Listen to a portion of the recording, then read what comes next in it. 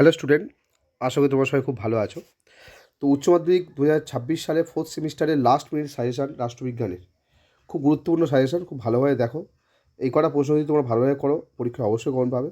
খুব ভালোভাবে দেখো, যেমন মাধ্যমিকে আমরা কমন দিয়েছি তেমনভাবে উচ্চ মাধ্যমিকে অবশ্যই কমন পাবে।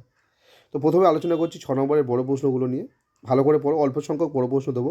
এই অল্প কটা বড় প্রশ্ন পড়লেই তোমাদের কাজ হয়ে যাবে। প্রথম প্রশ্ন, আন্তর্জাতিক সম্পর্ক ও আন্তর্জাতিক রাজনীতির মধ্যে পার্থক্য। দ্বিতীয় প্রশ্ন, আন্তর্জাতিক সম্পর্কের ক্ষেত্রে বাস্তববাদ ও আদর্শবাদের মধ্যে তুলনা আলোচনা করো। তৃতীয় প্রশ্ন, বিশ্ব উষ্ণায়ন। খুব ভালো করে করো, এই বিশ্ব উষ্ণায়ন টপিকটা ভালোভাবে করো, এর মধ্যে একটা প্রশ্ন শিওর আসবে। এই বিশ্ব উষ্ণায়নে দুটো প্রশ্ন দিয়েছি, একটা টিকা লেখো বিশ্ব উষ্ণায়ন, প্রায় দুটো প্রশ্ন 19 পিস একই রকম। আর একটা হলো বিশ্ব উষ্ণায়নের প্রশ্ন অর্থনীতি, রাজনৈতিক, সাংস্কৃতিক আর পরিবেশগত প্রভাব। এই দুটো প্রশ্ন খুব ইম্পর্টেন্ট। এই দুটো প্রশ্ন যদি ভালোভাবে করে যেতে পারো, এটাই পরীক্ষা হয়ে যাবে। তুমি যদি এটাও ভালোভাবে করো, এটা করার দরকার নেই আর। এটা যদি ভালোভাবে করো, এখানে 4টে পার্ট আছে। একটা অর্থনৈতিক প্রভাব, একটা রাজনৈতিক প্রভাব, একটা সাংস্কৃতিক প্রভাব, একটা পরিবেশগত প্রভাব। মানে একটা প্রশ্নের মধ্যে বলতে পারো 4টে প্রশ্ন ঢুকে আছে বা 4টে পার্ট ঢুকে আছে। ভালোভাবে যদি পড়ো, এই 4 নম্বর প্রশ্নটা এটা খুবই খুবই ইম্পর্টেন্ট। পরের প্রশ্ন, ক্রেতা সুরক্ষা আন্দোলনের উপর টিকা, খুব ইম্পর্টেন্ট। পরেরটা, প্রধানমন্ত্রী, রাষ্ট্রপতি, সুপ্রিম কোর্ট, মুখ্যমন্ত্রী ও পার্লামেন্ট এদের ক্ষমতা কার্যবলী। তো এই কটার মধ্যে একটা প্রশ্ন আসার সম্ভাবনা আছে। এই যে কটা প্রশ্ন দেখছো, খুব ইম্পর্টেন্ট প্রশ্ন। প্রধানমন্ত্রীর ক্ষমতা কার্যাবলী আসতে পারে, রাষ্ট্রপতির ক্ষমতা কার্যাবলী আসতে পারে। মানে সমস্ত প্রশ্নগুলো কম্বাইন করে আমি একটা প্রশ্ন করে দিয়েছি। সুপ্রিম কোর্টের ক্ষমতা কার্যাবলী আসতে পারে, মুখ্যমন্ত্রীর ক্ষমতা কার্যাবলী আসতে পারে, পার্লামেন্টের বা লোকসভা যেটা বলা যায়, পার্লামেন্টের মধ্যে লোকসভা, ঠিক আছে, রাজ্যসভা, তো এদের ক্ষমতা ও কার্যাবলী।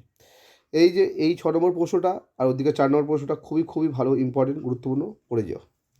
পরেরটা, বাস্তববাদ মতবাদের বৈশিষ্ট্য, আদর্শবাদ মতবাদের বৈশিষ্ট্য, মার্ক্সবাদের মূল নীতিগুলি বা বৈশিষ্ট্যগুলি আলোচনা করো, উদারনীতিবাদের মূল নীতি বা বৈশিষ্ট্যগুলো আলোচনা করো।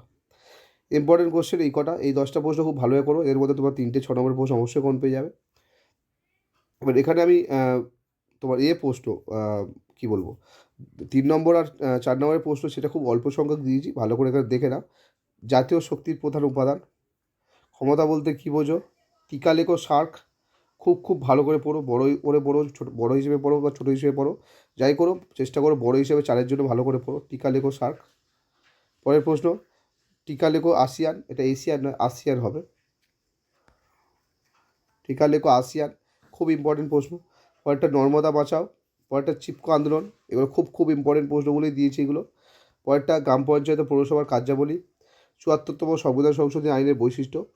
তো এই কটা প্রশ্ন আমি ছোটো প্রশ্ন 3-4-এর জন্য দিয়েছি, আর বাদ বাকি ওপরেরগুলো সব 6-এর জন্য দিয়েছি। 6 যদি মিসও করে 3 বা 4-এ আসতে পারে।